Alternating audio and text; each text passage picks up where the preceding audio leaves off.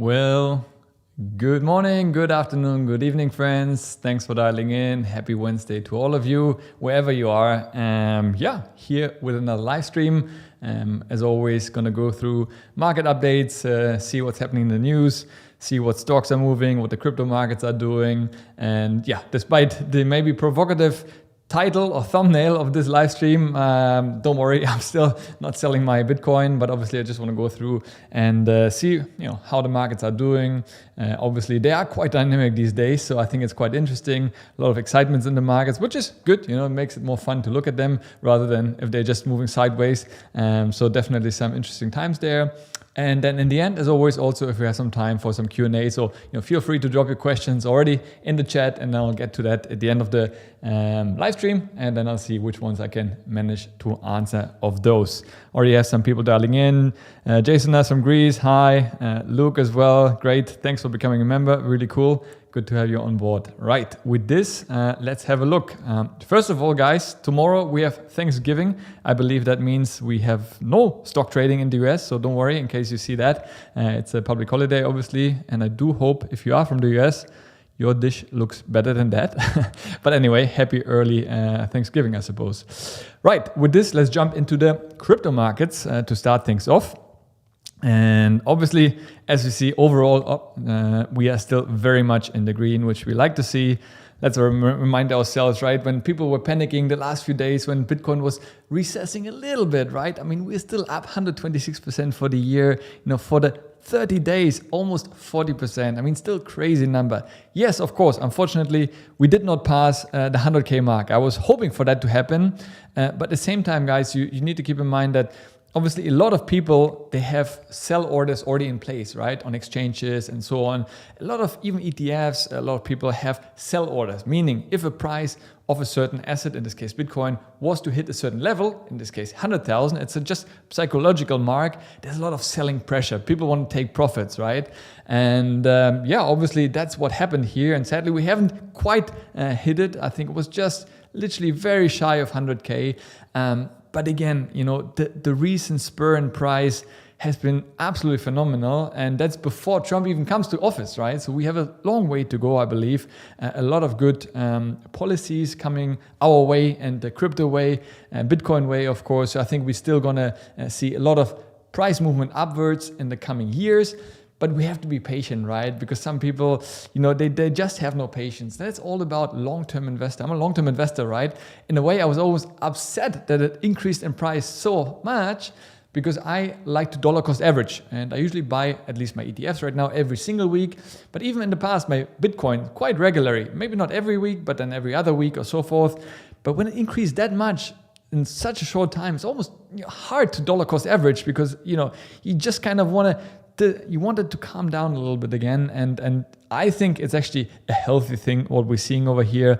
And when we look at the crypto ETFs as well, of course, we see a lot of, if I go into the Bitcoin ETF over here, you see immediately the Bitcoin ETFs are reacting as well. Even though we still have, let me see, are we now in the Bitcoin tracker? Yep, we are. And still, we're seeing actually positive inflow overall. How come that was negative before? So, somehow something went wrong. So you see, immediately as the price of Bitcoin started dropping, people got nervous and they sold their ETF holdings, right, as well. So you can see a major outflow, almost $500 million, a couple of days ago. So again, that's very dynamic, right? But that's the beauty of having ETFs as well. So regular retail investors who are uncomfortable holding Bitcoin or any other crypto for that matter can also invest and participate from the crypto markets, which can only be good for everyone involved. Other than that, obviously, again, with the dominance of Bitcoin right now at 57, it used to be, I think, almost 60. So that means out of all the crypto value in the world in existence, Bitcoin has a 57% of that market value, total value is coming from Bitcoin. So very powerful, very strong, of course. But still, when we look at some of the other ones, actually quite a few did better than Bitcoin. Most notably, slightly better was Solana. So they have performed extremely well. And then struggle to understand the obsession people have with Dogecoin. To be honest, I thought that was already a long term ago that it was passed, but it keeps on going up. I mean, it's probably influenced by Elon Musk pumping it quite a bit in a way. They're up 350% for the year.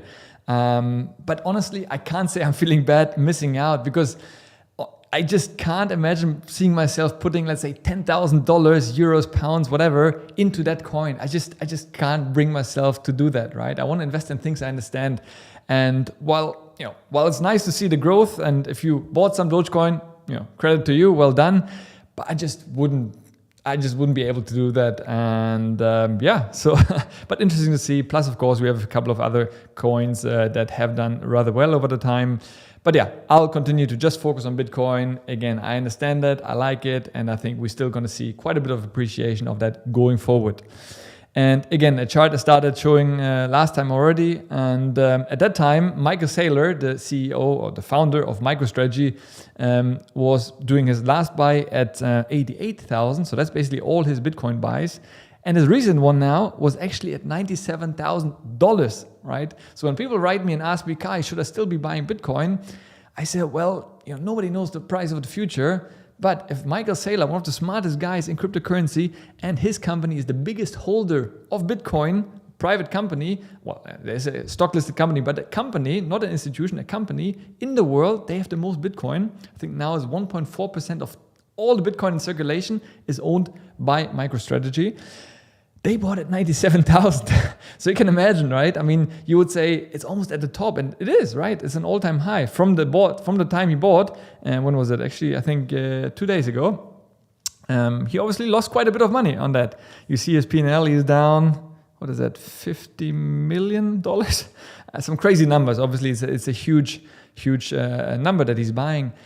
But it just shows your dollar cost average, because you can see he keeps on buying at all different price points. And that's exactly what I also try to do going forward, and what I recommend anyone. Please do not take a huge chunk of money and just throw it into the market and hope it will do well.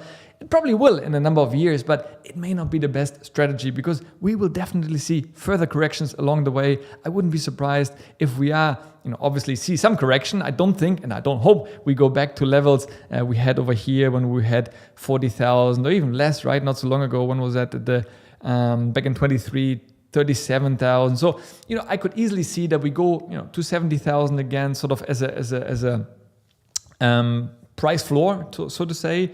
On the upper hand, honestly, I don't know. I mean, it could go pretty wild from January when Trump comes to office, or it may take a time and sort of, be a 4-year slow price appreciation. I have no idea. But I don't think we're going to see a major, drop to 20,000. So that's why I will do similarly to Michael Saylor. Just keep on buying a little bit every single, maybe week, every single month, whatever works best for you. I think that's probably the best strategy going forward. Now, when we look at Bitcoin as a total asset compared to all other assets in the world, we see that we climbed up quite a bit over here, right? Now we are currently on 7th rank, just behind Google, Alphabet. But yeah, still a long way to go to catch gold. So I think, that will happen inevitably in a couple of years. I think we'll definitely flip gold.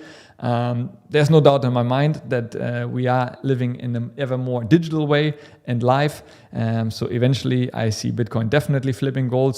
But yeah, that will still take a couple of years, I'm sure. But yeah, as a next target, definitely I'm assuming we're gonna catch some of those companies ahead of here. And let's see what the biggest companies in the US are doing. 1 second, let's pull that one up as well. And yeah, once again, we have Apple back on top, which is interesting to see. Just today, I was in the Apple store in Dubai, actually, just to kind of see what's happening. And I was surprised. It was actually still super busy over here. Having said that, also the prices for Apple products in the UAE, in Dubai, are much cheaper than in Europe, actually, which was interesting. But personally, as much as I'm an Apple fanboy, and I pretty much own all of them, right? Once you're in the ecosystem, you're kind of sucked in there.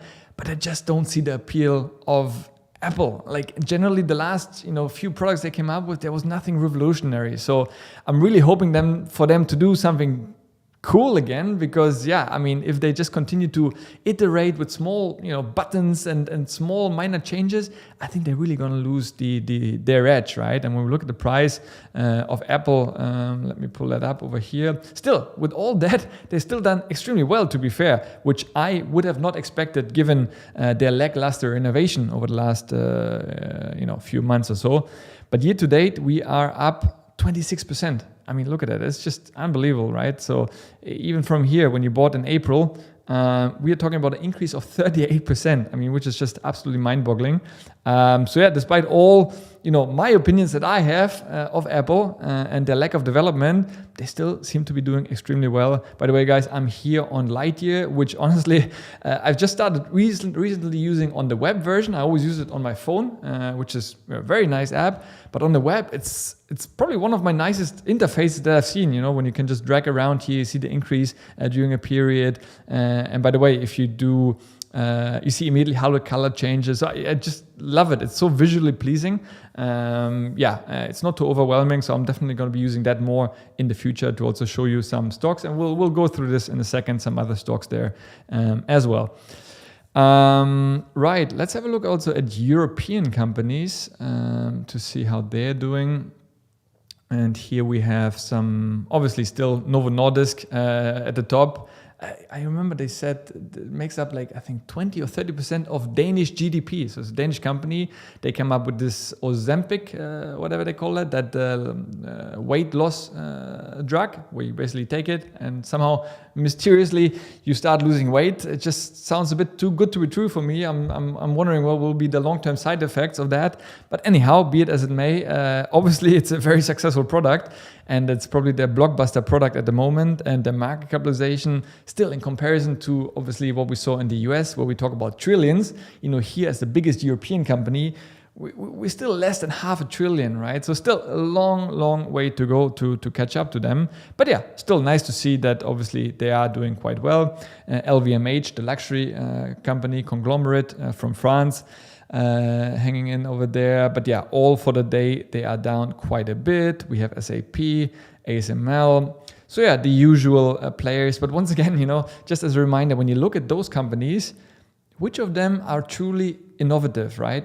You could argue that Novo Nordisk with their medicine, but the rest, I don't know. In my eyes, they're really more legacy companies. Deutsche Telekom is a German phone provider. I mean, obviously they operate on a global scale by now, but in general, it's just like sort of legacy companies, technologies, and that's what I'm missing, right? Versus if I go back, let me jump back into the US.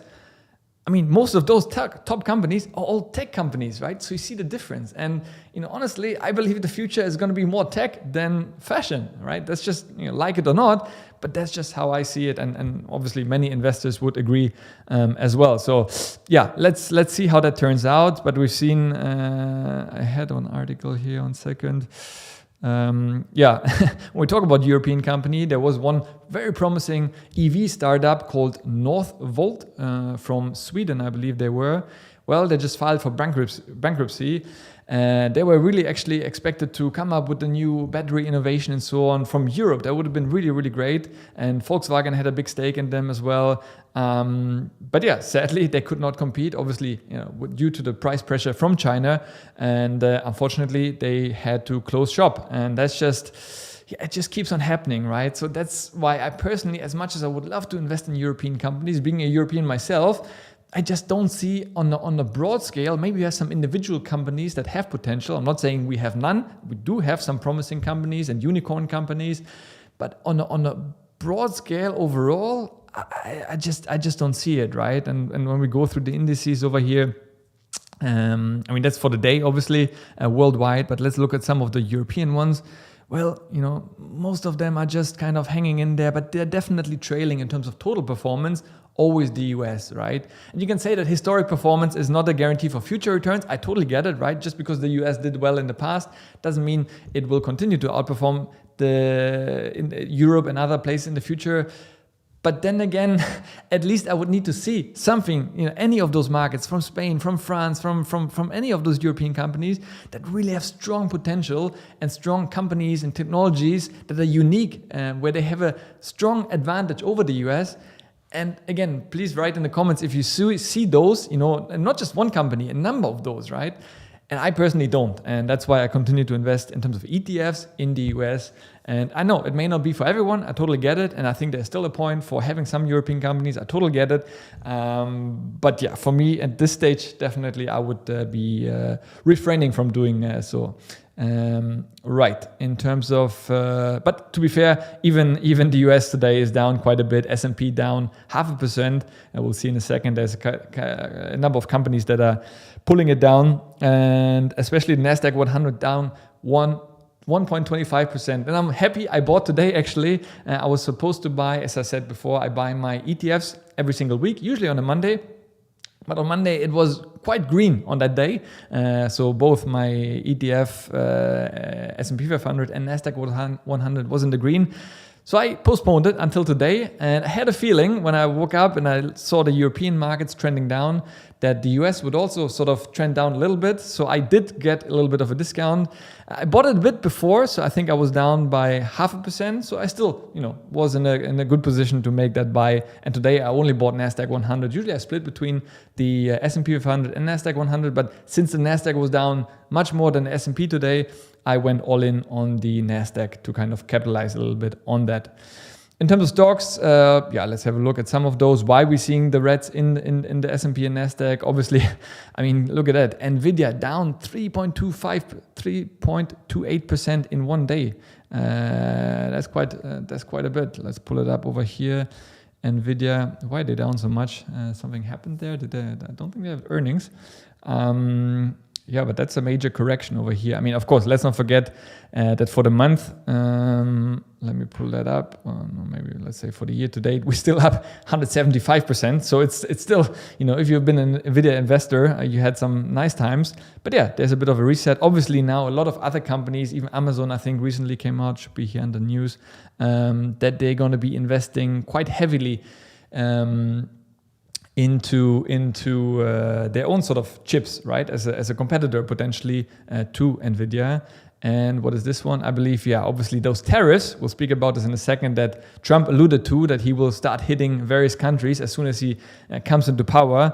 They're obviously not helping, right? Because technically, Nvidia, they're still getting their chips manufactured in Taiwan. So I don't know if that would have an impact on their pricing power and so forth. But interesting to see that they've been down quite a bit for the day. But overall, again, you always have to see the macro, right? Unless you're a day trader, it shouldn't really affect you. While look at the day changes today. Overall, if you've been an Nvidia investor, you had pretty good ride, right? So there's no need to panic, but it's just something to keep in mind, obviously, if you like to kind of follow, the daily or weekly price action. Then pretty much all the stock companies, the top ones you see, Microsoft also slightly down, Amazon slightly down. So it's just, I suppose it's also a reaction of as I mentioned, the potential tariffs that Trump will slap on those countries. You see here Taiwan Semiconductor, of course, they're going to be impacted quite a bit, down 2.7%. So that's the reality. And what it is, here basically he said it yesterday. If he comes in office, for now at least, he said that he will have a 10% tariff on Chinese goods, 25% on Canadian, and as well as Mexican. And during his campaign, obviously, he really always, he said his favorite word is tariffs, right? And a lot of people like that. Yes, let's slap on those tariffs on Chinese goods and make them harder to compete with domestic services or mostly products. And while it sounds nice, in the long term, actually, it will adversely impact the American citizens, because ultimately all the products are going to get more expensive, right? Previously, American products were one price, and then Chinese products were undercut those prices and were cheaper, right? But now if you slap a tariff on them, all of a sudden those prices goes up, and ultimately the consumer is paying the premium on those prices that they previously got cheaper. So again, I don't know if that's really sustainable and he will do it for the whole period, or if that's just like a threat towards those countries and then he will ease up, or maybe only on certain products. I don't think he's going to slap that on all the sort of products. But overall, obviously the markets did not react too well to that potential influx of tariffs coming there from January when he takes into office. Right, what else we had here? Just again, the story on Google, really interesting for me to see how that plays out. Obviously, you may have heard that the government basically in the US is now considering breaking up also Chrome browser from Google because they say it's too powerful, it's a monopoly, it has too much power and so forth. So they really want to break it up in different parts. And you see over here sort of the revenue share of what it comes from. The fact that they're also missing out on the whole AI game, right? All the recent AI products, while in a way they are actually quite good if you use something like Notebook LM and some of the other AI tools they came up with, they're not bad, but I think most users are not going to Google to use AI, right? You go to either Claude, which I use myself, ChatGPT, Perplexity, but I think in overall the AI race, Google is actually lacking quite a bit. So while it hasn't translated into share price, because they're still done rather well, I would say. When I look year to date, we're still up 22%. So again, investors have done well, even though technically I think that underperforms the S&P 500, which is up even higher. But if they were to break up Chrome, for example, from Google, I think that's one of the bread and butter, right? Where they get all the search traffic, a lot of analysis, they're running a lot of ads on there. So I think that would really hurt them. So personally, I would see that with caution, right? If you're planning to invest in Google, that's something to consider. Now, I would rather wait for a pullback until it maybe eventually does happen. If they were to break it up, I'm sure we would see a price correction down the road. And then maybe you want to get in. Because long term, I still think Google is an extremely strong company, right? We've seen here, obviously, their other investments, right? YouTube is a major business for them as well. Even Waymo, the self-driving cars that they're starting to roll out. So they have so many different revenue avenues. So I still think it's a fundamentally strong company. But for the short term, I would kind of watch it on the sideline and not actively invest in them. But yeah, ultimately, of course, it's your choice. Talking about AI, it's interesting to see the battle. I think it's really heating up between the two players, and mostly Anthropic, I hope I pronounce it correctly, which is Claude, as you can see over here. I don't know if any of you used Claude, but I recently started paying for that. It's basically the closest competitor, I would say, to ChatGPT. And it's actually really good, honestly. In many ways, I almost preferred. So I basically pay for both ChatGPT Pro and Claude Pro. It's $20 a month. So honestly, I think given the fact that it does so much for me, I even used it to program parts of my website, and it's really, really good. I mean, $20 is almost underrated for what it is. But yeah, obviously it's gonna get real competition now, because previously ChatGPT was sucking in all the financing and investments. You see that SoftBank recently came up with yet another huge investment into OpenAI, which obviously is the company behind ChatGPT, of $1.5 billion, so massive number. So yeah, now with Amazon really doubling down into Anthropic with $4 billion. That's good, right? Because they need that money, right? Training those models, that's really data intensive. Building up those data centers, it really takes money. So in order for them to compete with ChatGPT or OpenAI, they really need that. So I'm happy to see that sort of, you kind of have to choose your side, right? It seems now Google, well, they do their own AI project, but even Apple, I was surprised, kind of going with OpenAI more and more. So Amazon is really doubling down on their competitor, which makes sense, right? If everybody invests into one company, that wouldn't really be good for us consumers in the end, right? Because, well, eventually they would have full market control and can do whatever they want. So I think it's a good thing to have that over there. What else do we have? Just an interesting article when I was scrolling through CNBC. I like to read this sometimes, it's like very interesting when you see these financial experts out there, and really we're getting sometimes a bad rap, right? I mean, obviously now I'm also a financial content creator, so I get kind of sucked into that as well. But I think there's different ways to communicate certain things, and sometimes I think people just do it for the headlines, right? But when people say, what was the message over here? Basically somewhere, when you planned 10% of your money to go towards your retirement savings every month, but then you realize you'd rather spend the money now, you can do that with a money map. So in general, when you read the article, it's kind of like, yeah, a budget is good, but it's kind of old school, kind of feel the money, right?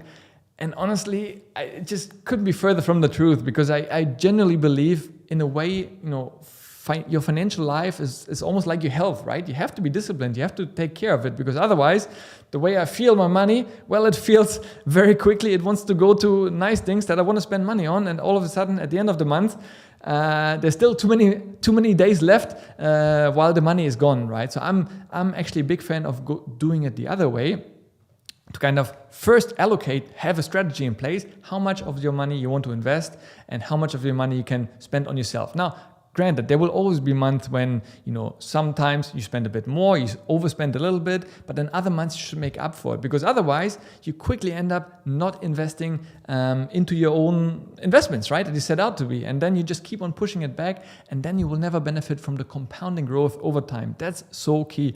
So yeah, I'm all for having a budget, and I unfortunately cannot agree at all with that lady over here. But be it as it may, I think ultimately everyone has to find what works for them. But I track my money very diligently every end of the month. I have my net worth tracker. You'll find it also, I believe I have it in the description down below, that I fill out with all my income, all my expenses, and also my net worth, right? I count all my assets, my liabilities, to know what is my total net worth. If you don't know that, I think, there's no point to feel the money. You need to actually know what's in your bank account and what is your value, and to see that grow over time. I think it's very, very important.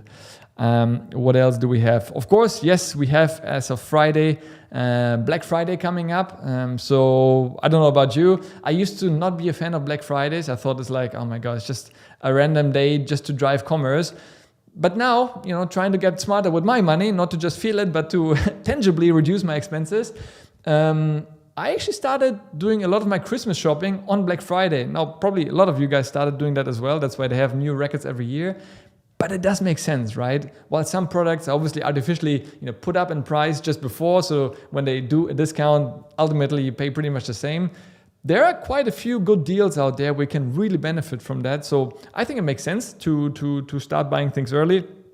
So I even blocked on Friday a couple of hours for myself to buy Christmas gifts, even some other things for myself that I wanted. So yeah, I have a long list just to get it through, save some money, and then be done with it, right? Because I used to, in the past, always wait until last day and then run through the malls to buy some random Christmas gifts for people without much thought. So here you can really diligently just go through, see where's a good deal, what you want to buy, get it done, and then yeah, it makes sense. And talking about it, obviously a couple of those deals, that what I work with and I can recommend are things like Ledger, hardware wallet, in case you've always been thinking about it. I do have a link down in the description below as well, where you get a really nice discount over there. There's also the Tension wallet, which I started using recently. Really cool, very user-friendly. And obviously, if you go over here, you order some and you use my code KAI, easy to remember, you also get 10% discount, so that's cool. I also spoke about recently Seeking Alpha. They have some cool deals going on. That's a research platform that I use myself quite a bit. So yeah, you see quite a number of deals out there that you can take advantage of, even for the Smart Money Club, in case you've been considering to join. I think it's a really cool community with nice like-minded people, insights, talks, discussions. We have bi-weekly Q&A calls.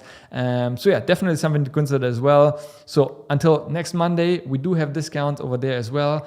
Instead of Black Friday, just put Smart Friday at checkout and you'll be saving 20% off for lifetime on any of the membership plans you decide to go for.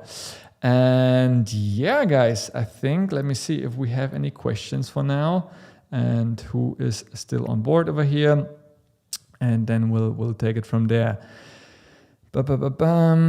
We have James. What do you think about the massive liquidations in the crypto markets recently? Yeah, of course, that has happened in the past, and that has happened now, and it will happen again in the future.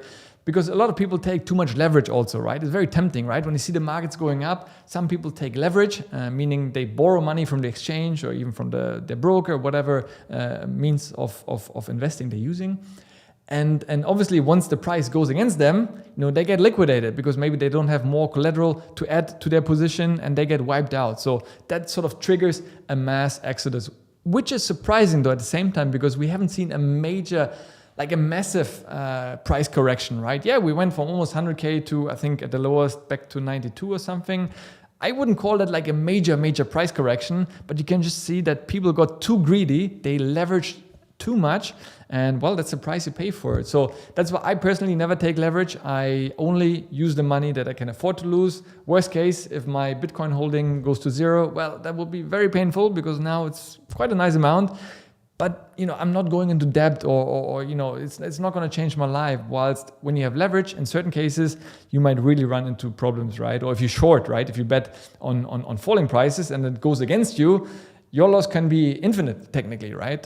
Whilst if you have a long position, it goes to zero. All you lose is the amount you put in. So yeah, as I said, James, it will happen. It will continue to happen. That's just part of the game, I suppose. Janos, I'm not sure I pronounced correctly. Is there a specific website you can learn, study the candlesticks chart? I think obviously the best friend is as always YouTube, right? I think there's some cool, there's some really crypto, some traders out there who educate, have basic course and so forth. Recently I shared, actually, if you go under my last video on eToro, they basically made a trading course, completely free of charge, valid of $2,000 as per them. And so if you sign up with eToro without even putting money, you can use that course and they walk you through the entire process. Let me try to pull it up over here. But yeah, so they really teach you the ins and outs of trading. I'm not a day trader myself, so I certainly wouldn't be the right person to go about that. But there apparently you can do just that. So let me pull this up 1 second over here. And yeah, so here you see over here, if you sign up to them, you get the course. And you have over here, obviously, fundamental analysis, trend analysis, price movements, moving averages, volatility envelopes, trading, trend confirmation, pattern analysis. So you get all these basically free of charge if you sign up with them. Again, even if you don't want to put your own money, what have you, definitely might be worthwhile to check out. So yeah, if you check my last video, I posted a few days ago, you will find the link down here under the video. So hope that is helpful. Now let me jump back, see what else we have. Kannst du überhaupt noch German? Well, funny you ask, less and less, because with my wife I speak English. I literally speak, I would say 99% of my day English. I even dream more in English now. Yes, I still have my German accent, I suppose, that will never go away, but that's fine. But if I had to express myself, or let's say give a keynote speech, right? I would dread to do that in German. Now, I technically could, but since you don't use it much, right? A lot of the technical terms, like talk about now charts, investing, I would not know the German equivalent words for that, right? Even though I'm from Germany originally. But also keep in mind, I left Germany when I was 16. And since then, I lived pretty much in different countries all over the world. So I'm not using it much. And sometimes my dad gives me a hard time when I send an email with all my German grammar mistakes. But apart from that, all good. And but technically, I can still speak German, no worries. How does it compare to, say, Samsung or Alphabet?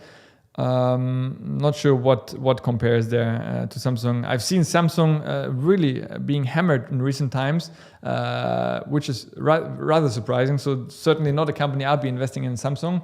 I think you probably come back to the innovation of iPhones versus Samsung Alphabet. I think in innovation, Samsung is definitely, I feel, a step ahead in recent times. They come up, at least they try different things, right? They had this folding phone and they're innovating. I like that, right? Not everything is maybe good, but at least they're trying things. So I quite like that. In terms of Alphabet, I don't know. I mean, it's hard to compare those two. They're quite different. While Samsung is, I suppose, more in the hardware game mostly. Alphabet is more software, so it's hard to compare the two. But right now, I personally wouldn't invest in any of them.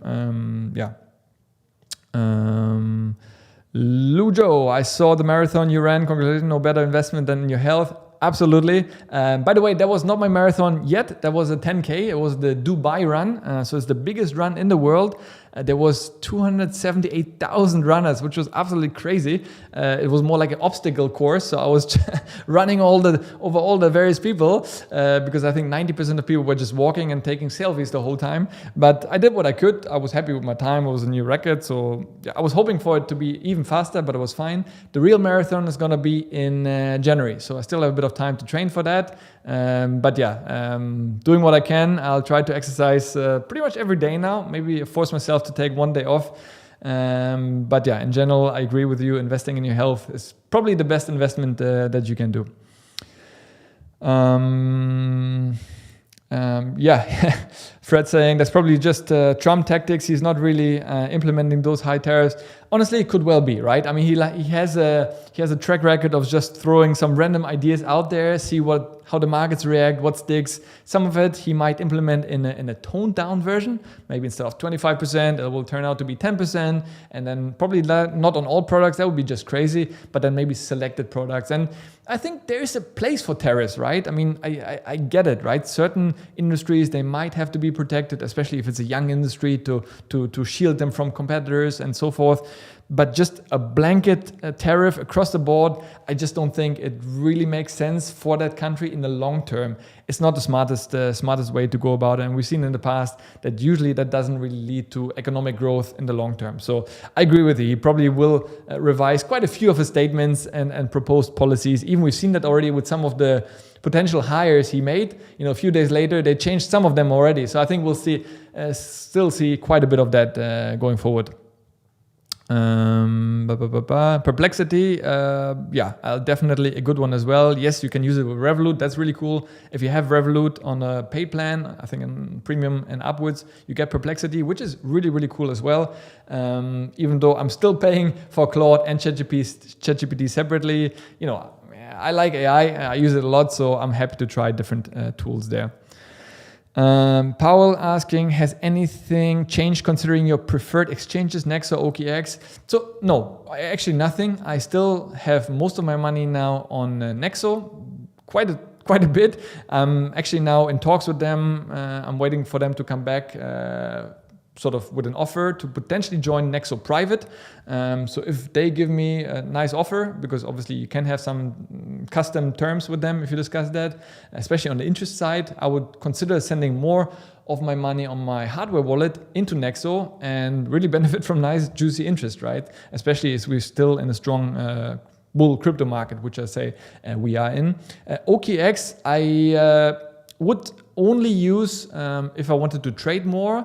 But right now I have to use it because unfortunately, fortunately I guess, I earn dollars and dirhams, and it's very cumbersome and takes a long time and it's expensive to send it to Nexo directly.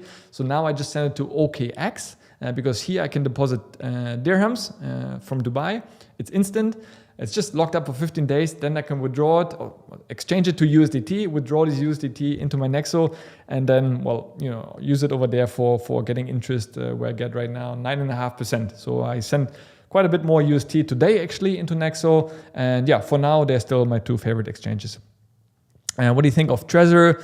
Another great wallet. Personally, I haven't used them, right? But from what I hear, I would definitely trust them in case I was to lose one of the other ones. I would happily try out Trezor. I think it's one of those three are probably one of the more established ones out there, Trezor and Ledger. And now I really like the convenience of Tangem because it's just really nice with those cards. You can keep one since I have different homes, right? I keep one in different places. So even if I travel, I have one with me. I have one in different places. So it just makes things easier. But I think Trezor is definitely a solid choice as well. Do you follow any diet plan currently? I used to be heavy on keto, so I used to be really keto and not eat any carbs whatsoever. I've changed it a little bit because I realized I did feel a bit lethargic at times and a lack of energy. So I still understand, especially as I run longer, right? For a marathon, you run 3.5, almost 4 hours potentially. I need some carbs, right? I have these fast carbs. The night before, I have a big pizza even. So generally, I try to reduce them, eat more conscious, no garbage and no junk food. I really try to minimize that as much as possible so I don't have like major cheat days. And of course, I cut alcohol, right, since the beginning of the year, and that's really empty calories. And overall, I just feel much more energetic by reducing completely cutting out alcohol. So that's probably been my best change, I would say. And that allows me also to be a bit more flexible, right? Because I love cheese, right? I love a good pizza, a good burger. So I don't want to be completely like dialed in and 100% follow a rigid diet, but generally more protein heavy with a bit of carbs on the side. So yeah, that works for me. And what do you think about the Bitcoin maximum price in this bull market? Do you plan to convert some Bitcoin to USDT and buy back when the price is low, or you keep all of them for long term? Very good question. And as I always say, I think sometimes buying is actually easier than selling, right? Like Michael Saylor, we just saw before the chart over here. Let me pull it up for those who maybe joined in later. Yeah, that's basically Michael Saylor's way of buying Bitcoin. He only accumulates, he only buys, he doesn't speculate, he keeps on buying. All these green dots you see here, different price levels. Of course, early on, he bought even down at 10,000. Then at a higher point, people said, are you crazy? The price dropped. They were laughing at him. You bought at a high. Well, guess what? Then we had another rally. It went up and he kept on buying. Now he bought at almost 100K and people are laughing. Oh, you're crazy. Well, guess what? In 2-3 years from now, it might be, I don't know. If you ask me the price premium, people say it's going to be over millions. I have no idea. I hope it to be so. But since I have no idea, I will continue to accumulate slowly, dollar cost averaging over time. I'm sure we're going to see another correction along the way. So yeah, I'm really planning not to trade it, but to hold it for the long term. But if I was to do that, I would probably, as you said, convert it back to USDT and then, maybe at least some of it, take some profit and then move in as the market turned against you. But that's really going towards market timing, right? And yeah, I'm just not a good trader, I suppose. I tried it in the past with individual stocks, with some other altcoins and meme coins. And in the longer term, I always lost out. And I learned my lesson. And I just feel it's just easier for me to focus on generating income and then investing that conservatively for the long term. And therefore, I'm not planning to sell my Bitcoin. In this bull market, I have no idea. Honestly, I could easily see that we're going to hit 200K in the next year or so, but I have no rush, right? If it happens next year or in 2 years, I'm fine with it. I know that long term, given the value proposition and the the fundamentals behind Bitcoin with the supply constraints of 21 million and more mass adoption taking place, institutional money flowing in, with the ETFs and potentially central banks taking it as a reserve currency as well. I have no doubt that we're going to see a nice price movements, upwards eventually. But for the short term, I'm open to see what it's going to be. What else we have? James asking thoughts on Revolut's 2025 product plan announced at their London event. I have not seen that actually. Was that recently? I will check that out. Thanks for raising that. I haven't seen anything, but I'm really happy to see what Revolut is up to. Recently, when I looked into Revolut X, I saw that they have this new Revolut investment platform. So I'm going to do a separate video about this very soon. Even Revolut People seems like a whole HR suite for HR people, which was quite interesting. It's kind of unusual for Revolut, but they really, I think want to be also this kind of super app, that they cover all aspects of your financial and digital life in a way. So yeah, I'm definitely going to check it out after this call. Thanks for bringing this up. And if there's something interesting, trust me, I will definitely make a video on this very soon. Will you invest in any altcoins during the ongoing? I mean, as tempting as it is, not really. To be fair, I want to be disciplined. And I always say that, right? Ultimately, it's all about consistency. I tried that before. I went in, I went out, I traded meme coins, altcoins. But it just, in the end, I always sold too late. I sold at a loss. And it's, in the short term, I'm sure you can make money. But long term, are you going to outperform and beat the market consistently? I personally don't. You have to answer to yourself. So I will continue to invest in what I know. This is my 3-pillar strategy, which is real estate. Right now, I'm not planning to add anything, but that's my biggest holding right there. My Bitcoin holding is number 2, which I plan to hopefully grow over time as well. Also through interest, right? Now that I have it on Nexo, I get paid sort of interest every month, and that continues to grow my holding. And lastly, of course, my ETF holding, which is S&P 500 and NASDAQ 100. So I'm not planning to add anything more right now. Who knows what the future will bring, but for the time being, I'm going to be sticking with that. Fred, no alcohol, why in Dubai? Not the worst choice. Exactly, you said it. It's, obviously, channel is called Smart Money, so I also look, I spend a lot, like every month. Like when I look at my expenditures, it's quite high, but it's on things I really value, right? Like on subscriptions. I have so many subscriptions, but all of them, I track them, all of them, they really bring me value, right? They add to my productivity or to my creativity or to my output, whatever, right? I have so many things. For my health insurance, I have the top health insurance and different things. I don't even think twice. But alcohol, it's something that's you spend a lot of money in Dubai. It's so expensive. It's crazy. I think one time while I was still drinking, that was last year, a bottle of Heineken was like literally a small 0.3. It was like 20 euros. I mean, just crazy. And imagine most people drink like 4 or 5 easily. That's 100 euros gone right there.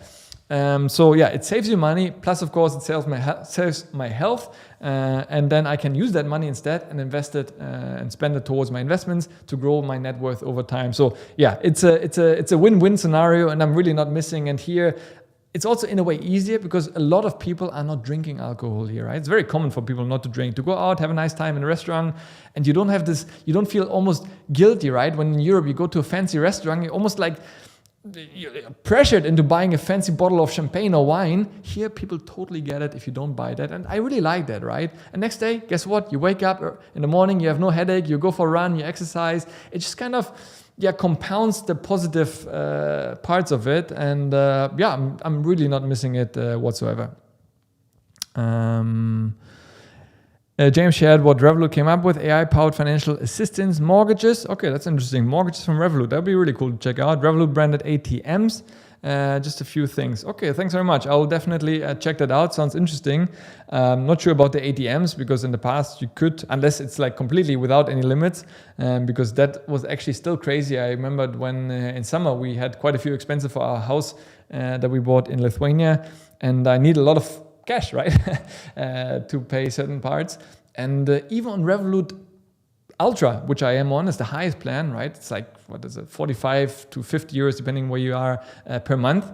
And still I had only a cash withdrawal limit of 2,000 euros, I believe. Over that, I think it's 1%, which is crazy. I mean, it's like daylight robbery, right? So I really wish that at least for the top level tier, they would have no limit in place. And maybe Revolut ATMs are the answer, even though I'm a bit surprised because it's quite capital intensive to build these things up. For that, I really enjoyed the Trade Republic card, which I had for a while I was still their customer, because there you had no fees on any withdrawals over 100 euros worldwide. So that was really, really cool.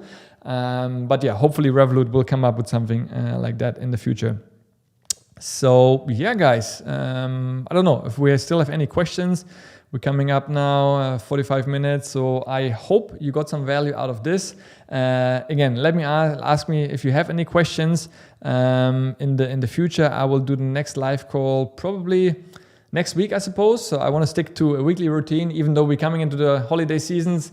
In December, I'm going to have my family here for 2 weeks. So it's going to be tight, but I'll try to stick to this because I really enjoyed these live streams and hopefully do as well. I have another great video coming up for you guys tomorrow. I think it might be interesting. And with this, guys, as always, keep on investing mostly in yourself and anything apart from that into your portfolios to grow them, grow your net worth over time. And as always, stay healthy, get wealthy, and I'll catch you very soon. Ciao.